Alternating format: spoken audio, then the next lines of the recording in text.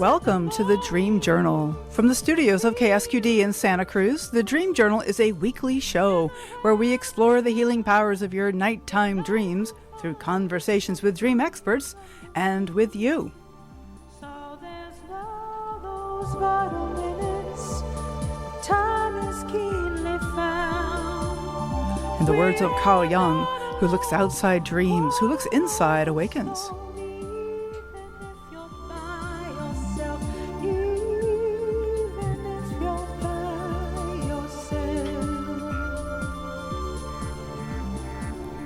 Today's music is called Quietorium.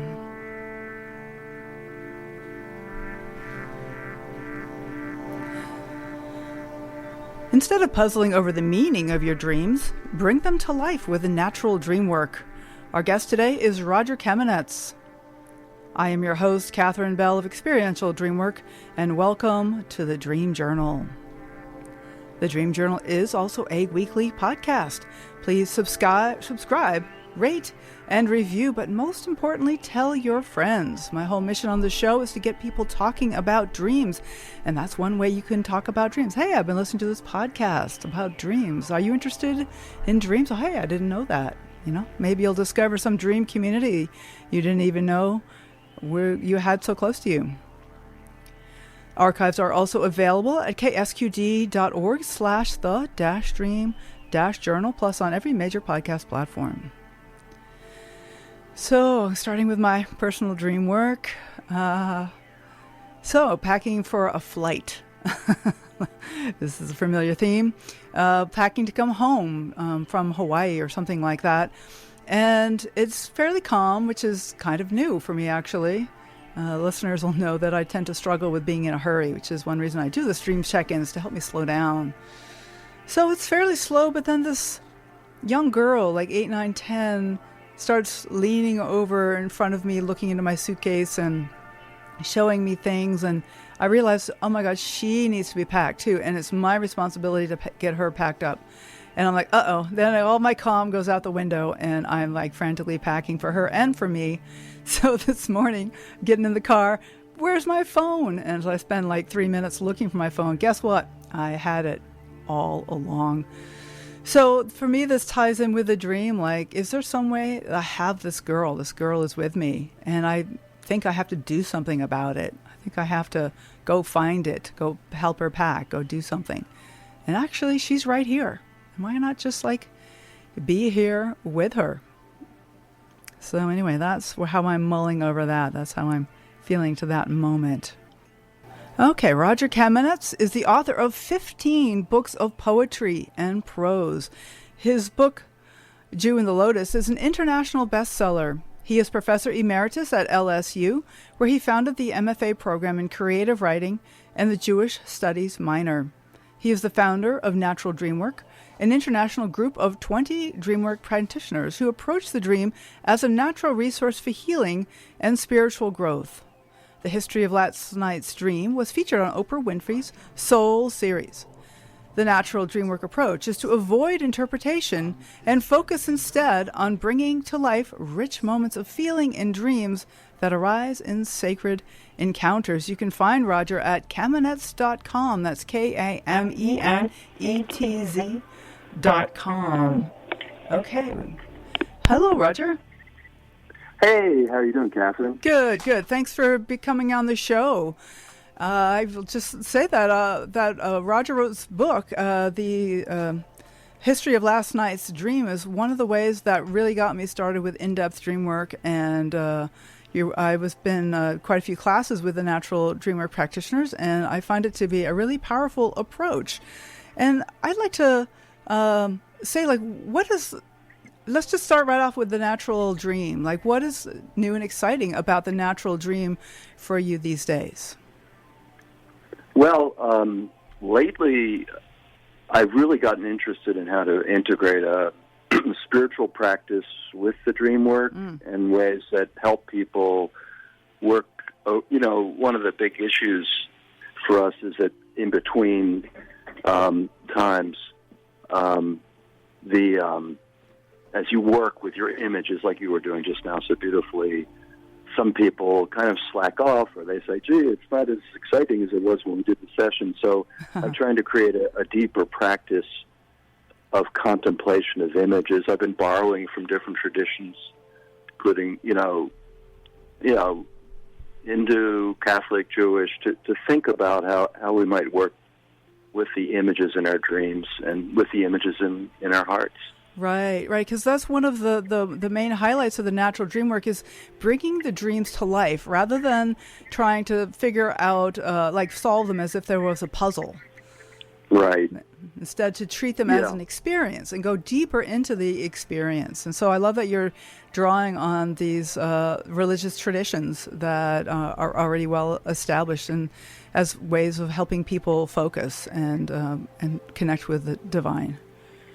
Right. So, one of the things I've written somewhere is that, let's say you're out there, in Santa Cruz or nearby, and you go into a redwood forest and you're just gazing up, into the canopy, and the duff is at your feet. And you're just having this whole wonderful experience. And then somebody comes up to you and says, well, what does it mean? and that, so I think the images in life, we never would do that. We would just experience them and say, well, I could write a novel here or write a poem or draw an image for you, but I can't really just say, it means X, Y, Z. And I feel the images in our dreams are like that as well. They're really no different. When you think about it, Katherine, and I know you've worked with this so deep with yourself, that really everything we experience, which either, we might call it memory, we might call it dream, we might call it perception, but ultimately they're all images in our minds. Mm-hmm. That's where we actually experience them. So can we get a friendlier relationship to that? I love that. And, so often the images are evocative of feelings, and bringing the feeling together with the images really brings it to life. Like that's what you're talking about, looking up at a redwood tree or being in the forest, and that has a very precise feeling tone compared to rushing to pack a suitcase like I was doing at one moment in the dream, or got the grocery store. Like those are moments too, but there's kind of an absence of feeling in those moments. Does that kind of make sense to you, or am I? It does. I mean, I think also that the girl is holding that for you, this place that you are. I would say it that way. She's there. You're just, in that moment, you're just outside of her, and therefore you're paying attention to the suitcase. But right. when you are her, and I'm sure you are many times, then there's no suitcase. Right, exactly. No, it's just the being present. I want to ask you a little bit more about your idea about the spiritual approach. Like, how would you use these kind of traditional religious approaches in combination with dream work? I wonder if you have been thinking about that. I'd be happy to share that. Great.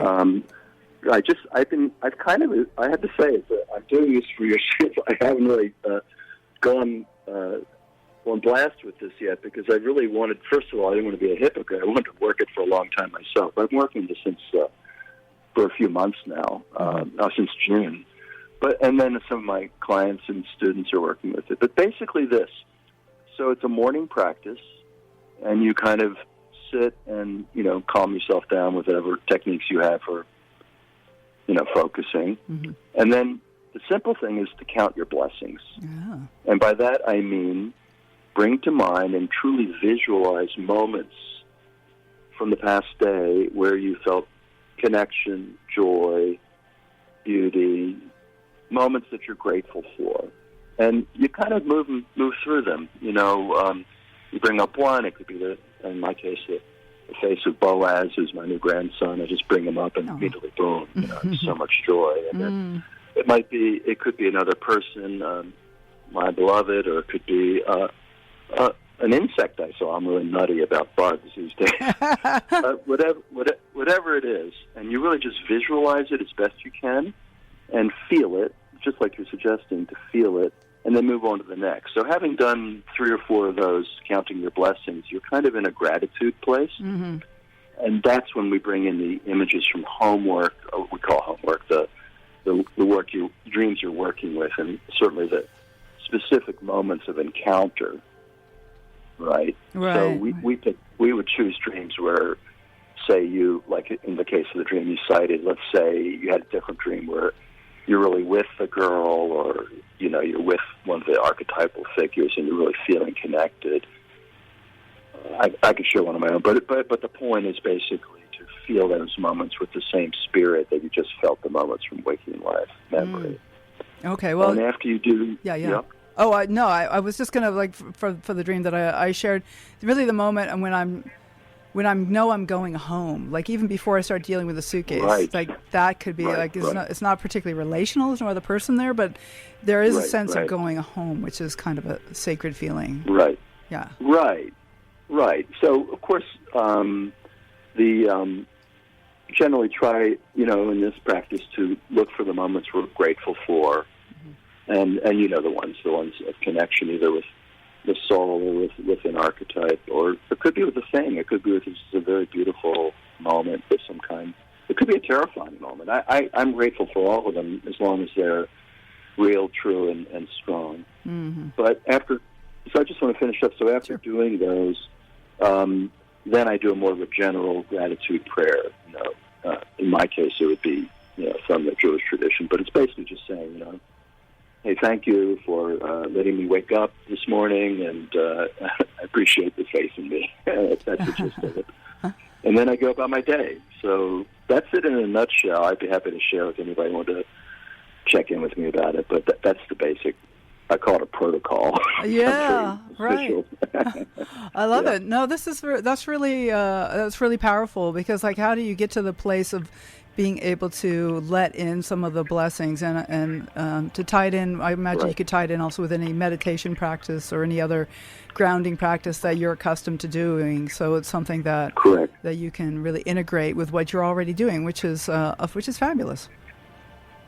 Right. I mean, I think one of our questions is with dream work is that we have all sorts of encounters with things or with persons or sometimes with other kinds of beings, and how can we meet them with a certain openness and really feel them, as opposed to what we often do so often in life and in dreams, which is to turn away, not recognize, and so forth. And I think this gratitude practice for me, and because really helps me into my day, and really helps me remember my dreams, and helps me orient me towards, well, we should be grateful that we have these capacities to imagine such incredible moments, which we do in our dream life. I feel grateful for it. Yeah. Right. No, I think that is that's wonderful. You mentioned the more difficult dreams, and I wonder if you have any suggestions about that, because gratitude is wonderful when it's a wonderful feeling, but then sometimes there isn't really, and I'm kind of like doing a kind of treasure hunt practice where I'm looking for those good moments, but sometimes the really bad moments are compelling, and you even mentioned that sometimes the frightening moments can be part of our practice, can be part of that dream homework. I wonder if you could say a little more about working with those moments. Yeah, I really think it's very important to be open to feeling the pain in our dreams and the terror in our dreams. And it's a little bit more unusual, but sometimes to be open to feeling the disgust in our dreams.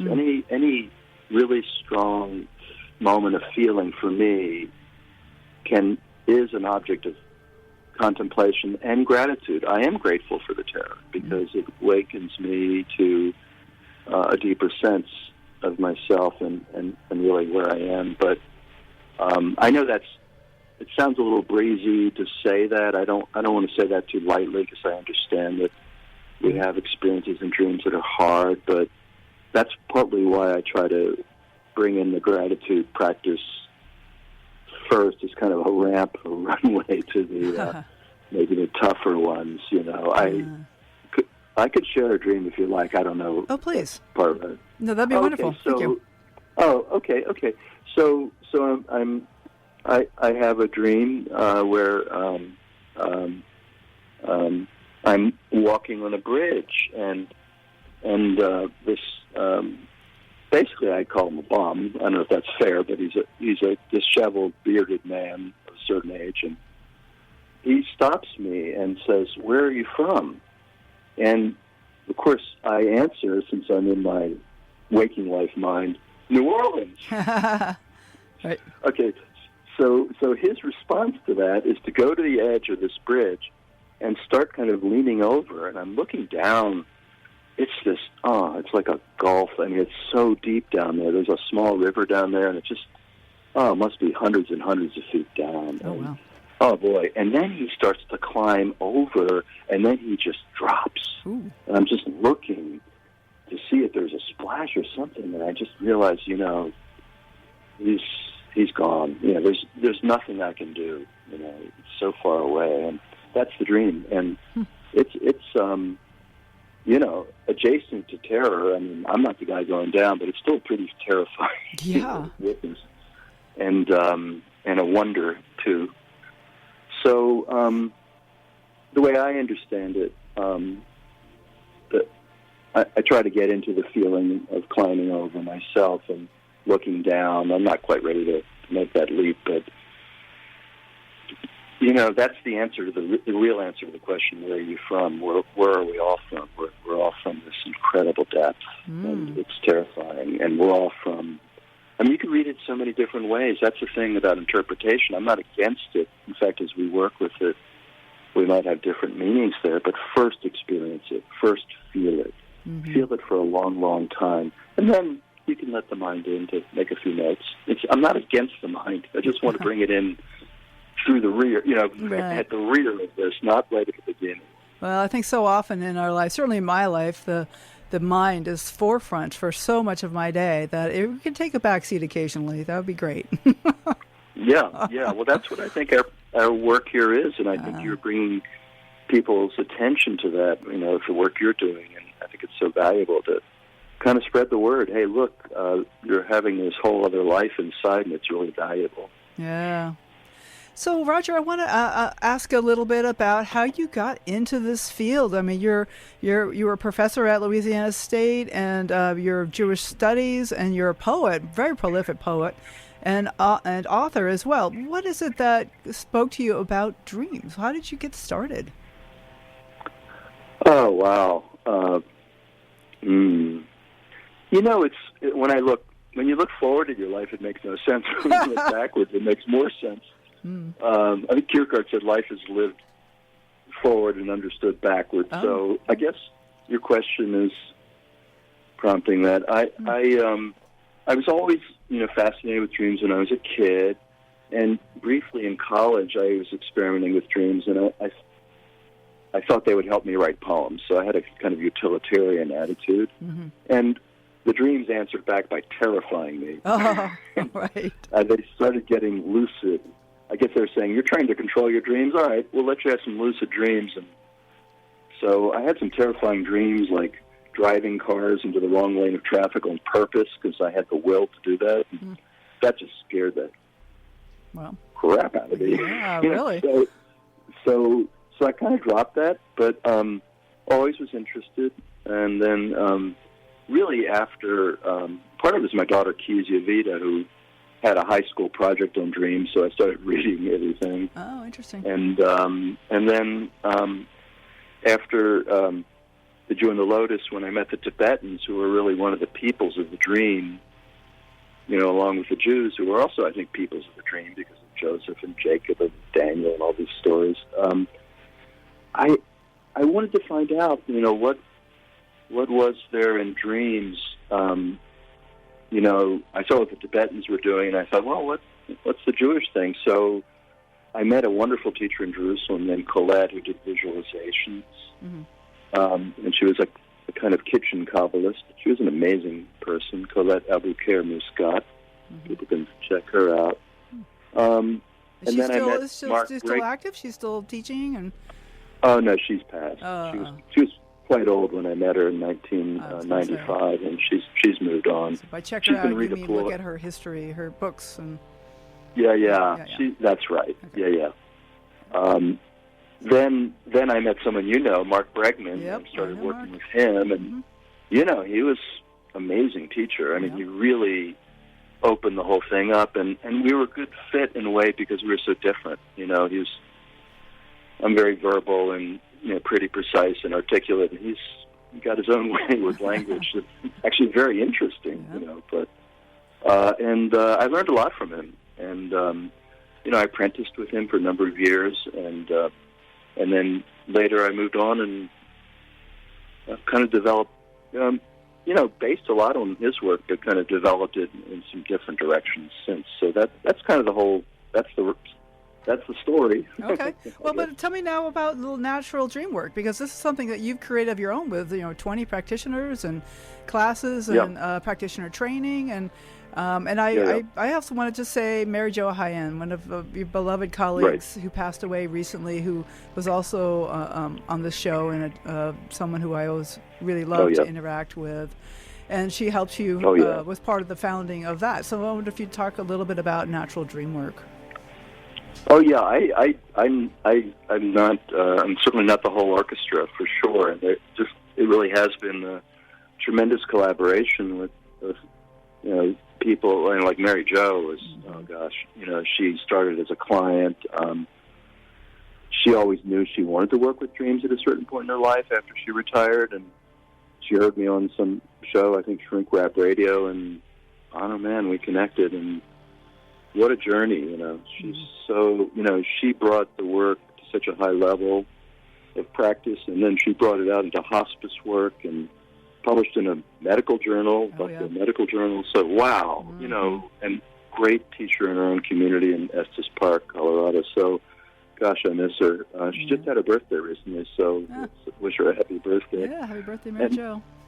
And she's been appearing in my dreams as a colleague and teacher now. So, I just feel I'm still connected with her. But a number of people, my daughter, Kezia Vita, Karen Vishny, Laura Smith-Riva, and just so many amazing teachers have emerged through our working together. Well, all those folks have been on the show already, I must say, and you're kind of one of the last holdouts, Rodger. Oh, okay. Well, glad you I'm in the caboose. The caboose, that's it.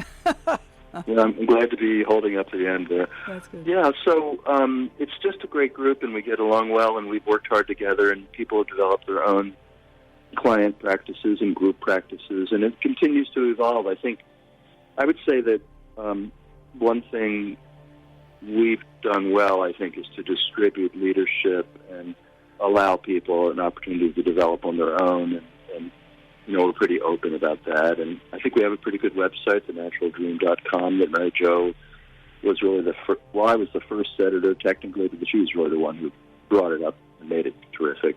Mm-hmm. So, and now Marion Gay is editing it. It's very beautiful, I think. Terrific library of essays and interviews and all kinds of things on there. So it was a wonderful resource. And classes, of course, you have classes and mentoring. Yes, we have a program. What we say is that, first of all, people come as clients, and they have to do the work and continue to do the work to work with others.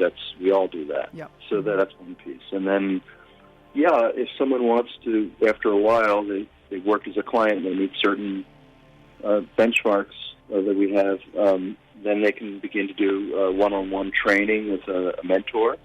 And then they can graduate and practice without a mentor. So that's kind of our program in short. Rodger, thank you so much. This is Rodger Kamenetz. You're listening to The Dream Journal. My name is Katherine Bell, and we are broadcast live from KSQD in Santa Cruz.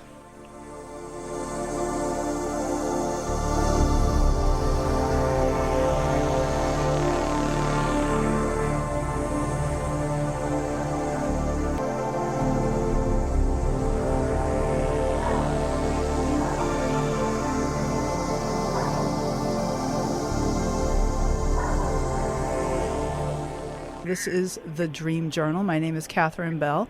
Our guest today is Rodger Kamenetz of the Natural Dream.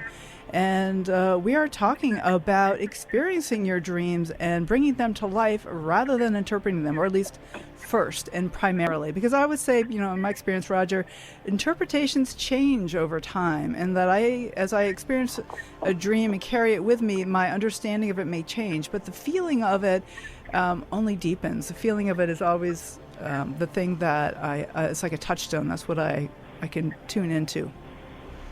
absolutely agree with you. And in fact, this practice I was mentioning, that it always, after I have the experiences and the feelings, then I do a few notes, and sometimes they include interpretations or just things that deepen the experience. But yeah, I'm with you. Yeah. Right. So, there's something that I've heard you say before, which I think is fabulous. Is a dream is a poem disguised as a story. I wonder if you'd like to say a little bit about that and what that means to you. I mean, you're a poet, of course. Sure. I think part of it is that we're so in our experience of dreams, because of our outward training, we're so wrapped up with the idea of a dream has to be a story, and of course then people say, yeah, I had a dream, but it was a weird story, a bizarre story. Well, it's only bizarre or weird because we're imposing this narrative expectation on the dream. When I look at it, it's like this. A dream is a series of pearls. A narrative is just like the string you stick to connect the pearls. But if we remove the string and go from moment to moment, then we see that each moment of encounter, especially sacred, is full of feeling. So this is what I mean. You could say that a dream is a series of poetic moments full of deep feeling rather than a linear narrative. So instead of time going, from in the beginning to the end, it's more like, no, there's places in dreams where time stops and deepens. And that's by that little, I guess I unpacked it, but that's sort of what I mean by saying a dream is a poem disguised as a story. So I want to understand the metaphor of the necklace. So the strings are the story, and the pearls are the moments in the story. Is that exactly? Yeah. Okay. And we usually, I think, as we're waking, or sometimes the dream point of view, the dream ego in the dream, will add interpretations. Well, that turn it into a story. So, for instance, like the one I cited, the guy says, "Where are you from?" And I respond at a certain level by saying New Orleans, right. Which is correct. But then his response to me is to jump off the bridge. So that's his answer to me. So it's not a linear story, but it's a series of moments that are connected. And he's correcting me. He's saying, "Yeah, you're not from New Orleans, buddy. This is where you're from." So, and he shows me rather than says it, because I learn better that way. Well, we are very visual creatures, we humans. So we sure are. We have somebody on the phone, name of Kat. I wonder if okay. You'd like to say hello. Hi, Kat. Hey, Kat. Ah, great. Hi, can you hear me? Yes, can hear you just fine. Where are you calling from, Kat? I'm in Wilmington, Delaware. Oh, fabulous. Well, thanks so much for being a listener, and thanks for calling. Do you have a dream moment to share or a question for me or Rodger? Oh, I had a dream I wanted to share, and I just wanted to say I really love the Dream Journal, Katherine. I listen to it every week. Oh, thank you. Wonderful. And I love what you were saying just now about the poetic moments. It's really cool. And, I have this dream. It's, I find myself trying to interpret it, and so I think I might need some help here to maybe change that a little bit or feel into it. So do you want me to just tell you the dream? Does that sound good, Rodger? I'm all for it. Okay. Go ahead, Kat. Thank you. I'm all for it. Excellent. Yeah. It's pretty short. So it starts off, I'm in this large auditorium with a bunch of other people, and I'm holding a baby. So, and I think some other people have babies too, but not really focusing on them. I'm focusing on the baby that I'm holding, that she has, feels like a girl baby, and she has a very skinny, long neck, like really long, like a tube, maybe maybe even a foot long. Wow. And I think about how she's deformed, and it kind of creeps me out, honestly. But then I just keep holding her, and eventually she transforms, and she has a normal neck, and it happens so fast, and I'm just like, whoa, this is really crazy. What is happening here? It just felt really amazing that that she transformed like that, and I felt really, I guess, very happy and joyful that she was in this new way. And then the last part is I get the thought that my daughter is somewhere nearby and is somehow part of this, but it's more just like a thought. So, yeah, that's the dream. That's pretty weird. Thank you. That's not no, it's not weird. We're just it's only weird because we have these expectations. But wow, that's a great dream. So I think it's beautiful that you have these two moments. I mean, we were just talking. Katherine and I were talking about this pearl thing. So the first moment, you're with the baby. We can talk about this whole situation but just from now, I'd focus on these two, like holding the baby, and then somehow you're noticing the neck, and the neck starts to seem abnormal to. I mean, can you go back to that moment? I mean, what is that like for you? It's really hard. Well, I mean, I've been contemplating that image and that feeling of this baby with this long neck, and it's just it's very difficult. How would you? Where do you feel that when you're feeling it?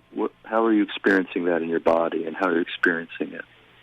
You know, just what is that like for you? Just to stay. Could you stay with it just a moment? I know it's hard, but what comes up there? Oh wow! I almost actually feel it kind of in my chest and up into my neck, like a tightness. Tightness, right? Okay. So in this moment, that's what I feel, a little bit of a tightness. But I think when I was having the dream, there was almost like a sick feeling when I saw the neck. Like nauseated or? Yeah. A little bit like that. But right now I'm not feeling that as much, but more like a tightness in my upper chest and neck. So that sick feeling that you mentioned, because I think that was stronger in the dream, it's interesting, you know, how I think when we see people, you know, unfortunately we kind of see people, and if they're having a physical difficulty, there's kind of a gut level response that we can't really always control, even though it's not very nice, and you're feeling that, right? And it's very hard, and especially because it's your baby, you know. There's a sense of that it's your baby. Yeah, there is a sense. Yeah. Okay. It's a sense that it's actually somehow connected to me. So something's happening here, because obviously the second big moment is when the baby is almost responding to the depth of feeling there, which I don't even want to put a name on it, but it's some mixture of horror and pain and maybe aversion. And yet something happens, which is so wonderful. And so let's talk about that. I know where you start, and I know where you got to, which is joy, and somehow the baby shifting and changing its nature to become more beautiful in your eyes, and then you feel joy and relief, I guess. Yeah. Is that true? Exactly. Yes. Exactly, yes. So how wonderful you were able to make that move, you know, that you developed this capacity not to get stuck on the aversion, but to move through it. It's a real feeling, I think, the aversion. I think it's a real feeling, and you move through it. And so what a beautiful thing. So this is where I feel like in a dream, when we have these encounters with, you know, sort of extraordinary beings who, you know, we can talk about what we think they are, but in any case, you know, that are so heart-opening, generally, babies, right? Right. But you met the baby initially with a kind of distance, like a heart-closing moment almost, and separation, and then you shifted, and the baby kind of shows you the shift. The shift in your heart is the shift in the appearance of the baby. It's like a magical thing in a way, but it's also true that when we look for the beauty in every person and every moment, the moments become more beautiful. And this is a beautiful capacity that each of us has So when we meet someone that we initially react to and have aversion, what if we could look for the one good thing, the one beautiful thing, and focus more on that? Then we would see them differently. And your dream really exemplifies that, a very powerful spiritual teaching. That let's look for the good. Let's not go around the world judging everything, but let's pull back from that and just feel. We can feel the whatever that was, aversion, I call it. Yeah, that's real, so we feel it, but then we don't have to get stuck with that. And that's what you did. You didn't do it consciously, I guess. I don't know. No. Do you know how you got from point A to point B? No, I don't. It's just, it seemed kind of magical, honestly. Can I jump in? Mm-hmm. Sure. Yeah. If this were my dream, I'd be thinking about the fact that I stayed with that baby. I felt really uncomfortable. I mean, it's a freak. I mean, it would be like kind of a horrifying, but I don't throw this baby away from me. I stay with even that uncomfortable feeling, and then and it transforms. And so there's something, for me, I would be thinking about those uncomfortable moments in waking life that if I stay with it, and I don't pretend it's not uncomfortable, it's still uncomfortable, but I'm staying present with it, and then it transforms, and I can find those joyful moments and look for those, as Rodger's saying. Oh, yeah. No, I love that. And it makes me think about just like a meditation practice I was doing this morning, and I just felt so uncomfortable. I just wanted to stop. But I just, kept sitting there, and it did shift. When I feel into that kind of uncomfortable feeling of it wanting to change, but then it did change. by your staying with it, your presence or something. Right. Yeah, right. And I think also the piece, Katherine was mentioning about that's a freak. I mean, as soon as we name the thing, it kind of solidifies into a thing. And as we unname it, I've really tried to learn the beauty of unnaming. Can we see things in people and just let all the names drop away, all the opinions, all the history, all the past, and just see them in that moment. And that's the poetic moment, right? That's the haiku moment, you might say, where you actually see it again. Right. But somehow you did it. Now, that's the thing I would just urge you to investigate as you remount the dream, bring the dream to life, to look at really what happened there. I mean, Catherine's right. I mean, number one is you have to stay with it. But there's something else going on that I don't know what it is, but there's something that enabled that. Yeah. Thank you, Kat. This is beautiful. Well, you're welcome. Thank you so much. I appreciate it. Thanks, Kat, for calling in all the way from Delaware. Really appreciate it. Yeah. All right. Okay. Thanks so much. Take care. And thanks so much for being a regular listener and for calling in. Absolutely. Take care. Bye. Bye. So I do want to say we have about 11 more minutes. If somebody else wants to call, we can take another caller. Otherwise, we'll just keep chatting. That number is 831-900-5773. 831-900-5773. So, Rodger, there's something about hearing that dream, like hearing it transform as we explored the dream together was really beautiful for me. Even staying with the awkwardness of the dream and then feeling the resolution. Right. Yeah. So this is, I think it illustrates what we were talking about earlier, of moving from pearl to pearl. Even though the first moment doesn't sound like a pearl, but it is a pearl. There's something in it for us. And as you said, if we can just stay with it and not make a judgment about it, like that's a bad thing. Yeah. No, it's not. No. It's just a thing.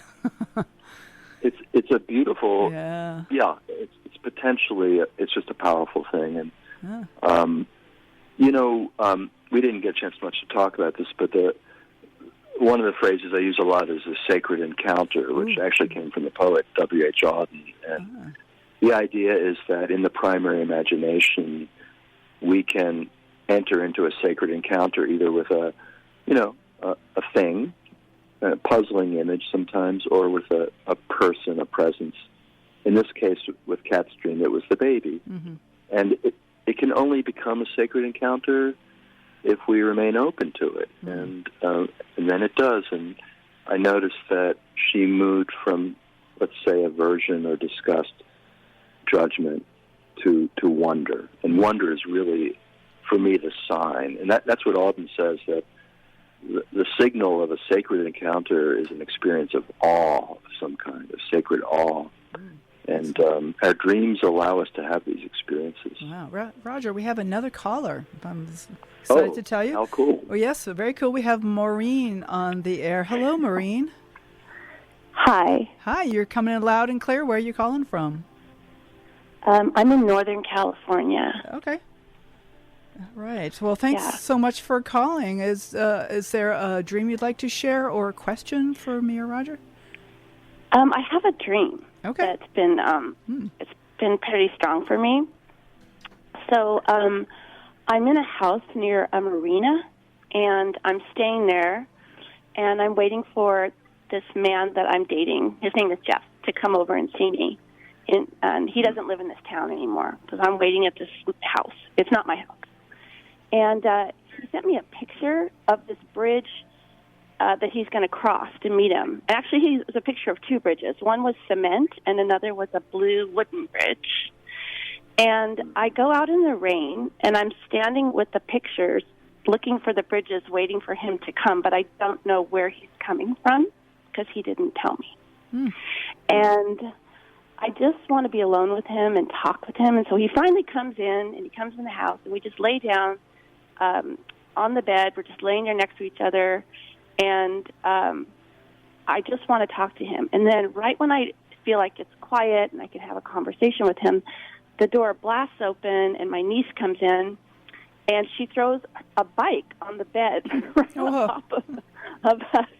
And I yell, "We are on this bed. Get out of here. Get out of here." And she said, "I'm sorry I didn't see you." And then my beautiful nephew comes in. He's 3 years old. He's the love of my life. And he comes in, and I yell at him, "Get out of here. Get out of here."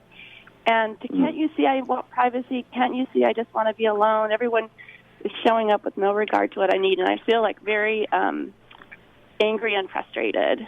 And so what I'm left with is, that's what I'm left with, just feeling angry and frustrated and not regarded. And, Oh, thank you. Thank you, Maureen. So, yeah. Yeah, that's great. Thanks so much. Well, Katherine, do you want to go first? This is your show, Rodger. Oh, no, it's your show. Okay. God. I'm happy. You're the boss here. You're the boss of me. So I think I'm probably better off with that than me being the boss of me at this point. So look, here's my question, Maureen. It's so nice to hear from you. The feeling in the beginning where you're getting these instructions from this fellow Jeff about the different bridges where you're supposed to wait for him. How does that feel to you? Seriously. It's really sad because I'm pretty much at his disposal. Like, he could have just told me I'm coming at this time and I'm going to walk across the cement bridge. Yeah. Yeah. That word disposal. I mean, just feeling like that's what we do with trash. That's a really terrible word, isn't it? I feel you. So this is one of those. Would you say that has some relation to waking life? That there's some sense sometimes with this person of like that, of being at his disposal? Yes.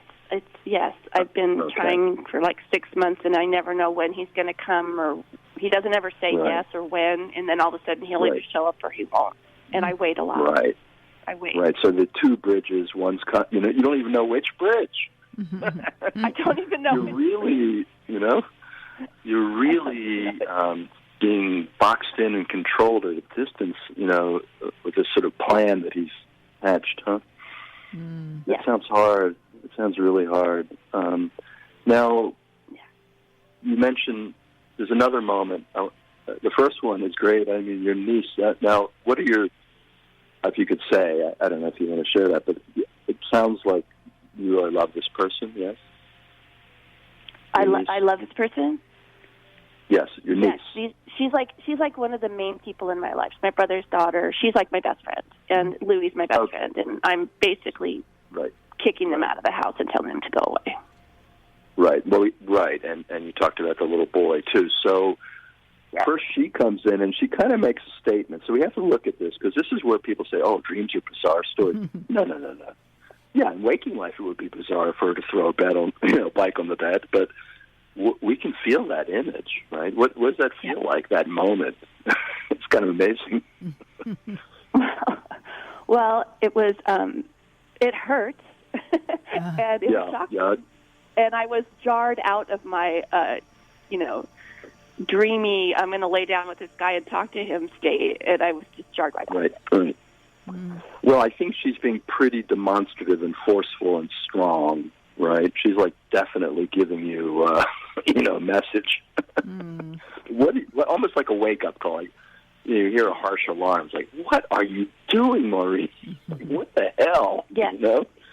See, this is where, you could get into, what does a bicycle symbolize? She threw a bike on the bed. That's pretty clear, Yes. It's like, get out of this thing, But unfortunately, it seems like you get ticked off at her, this beautiful niece that you love. Is that true? In the dream, you do? Yes, yes, I do. I'm mad at her. I'm mad at Louie. I'm stubborn, and I don't want to hear that she's trying to help me, which she has been trying for months.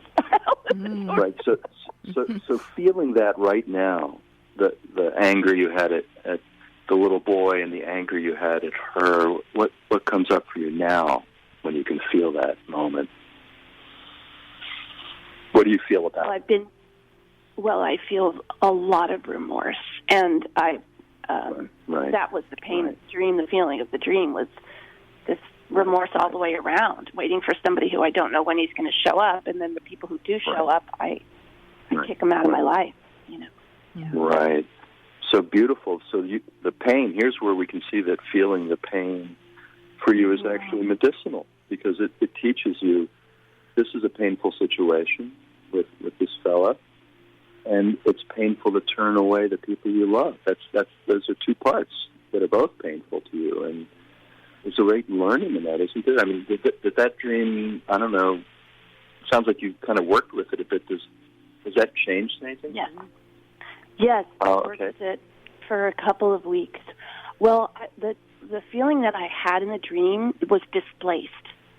So I wasn't even in my home. I was in some home I didn't even know.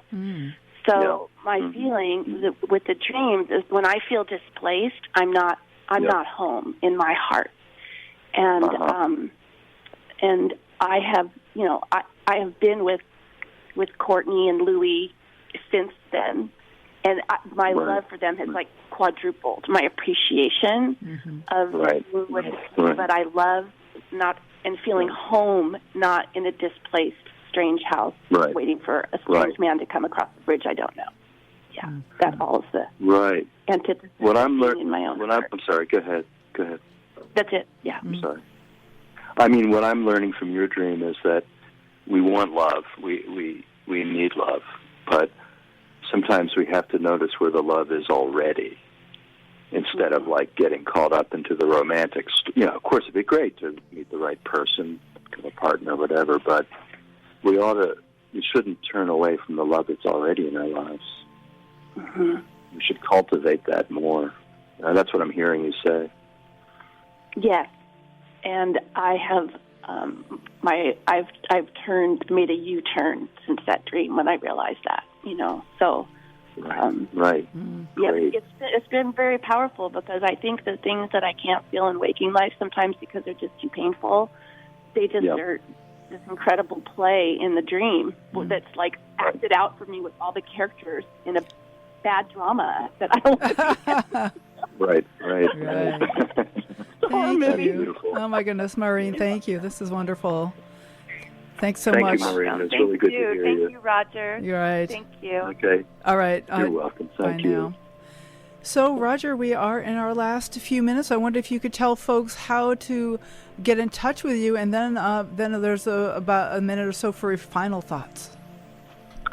Sure. Well, it's easy to get in touch with me. Just I'm at Kamenetz@gmail.com, or it might be easier to remember, dreamtiger@gmail.com. Just the word dream and tiger together. They can drop me a line. I have my website, Kamenetz.com, which people can't spell, but it's Kamenetz.com. A lot of information about all my work. And please visit the Natural Dream, thenaturaldream.com, for just all kinds of wonderful teachers and teachings. So, yeah. Fabulous. Any last-minute thoughts and encouragements for our listeners? Well, I think we just heard from Maureen and really also from Kat how our dreams awaken us to our capacity to feel more deeply, and that's why I think it's worth working with them. Not understanding is important, but what does it symbolize? What does it mean as a usual approach? But I think just bringing them to life and bringing them into your life, taking them seriously by rehearsing and practicing them, feeling them day after day with gratitude. That's kind of sums it all up, the whole show, I guess, from the beginning to the end. I hope it does. Thank you. Thank you so much, Rodger. It's been a pleasure to talk to you today. It's been so great to catch up with you, Katherine, and may we meet again. Thank you so much. I hope so. Take care now. Okay, bye-bye. Bye. Join us next week with the fabulous Michelle Clerk, founder of the Young Platform, an online platform which includes courses relating to Jungian studies and dreams. I am Katherine Bell, and this has been the Dream Journal. Thanks for listening. You can find out about my own dream coaching practice at experientialdreamwork.com.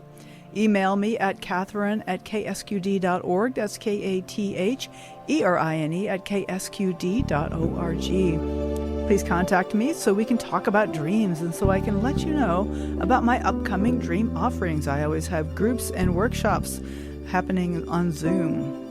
The Dream Journal is produced at the studios of KSQD in Santa Cruz. Archives and 24/7 live stream at ksqd.org. Remember to subscribe, rate, and review. I'd like to thank Rick Kleffel, engineer and music creator. You can find the ambient music at pandemia.com. Phones today was Eric Nelson, and Eva Miladies on audio editing. Intro music is Water Over Stones, and this beautiful outro music is called Everything. They're both created by Mood Science. Join me again next Saturday at 10. And tomorrow morning, when you wake up, take a minute to write down your dream and bring it to the next Dream Journal.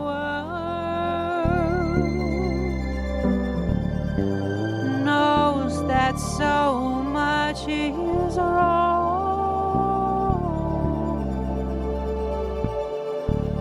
but much more is right.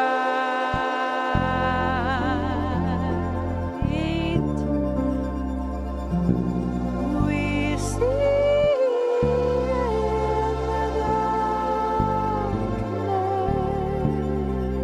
darkness by shine.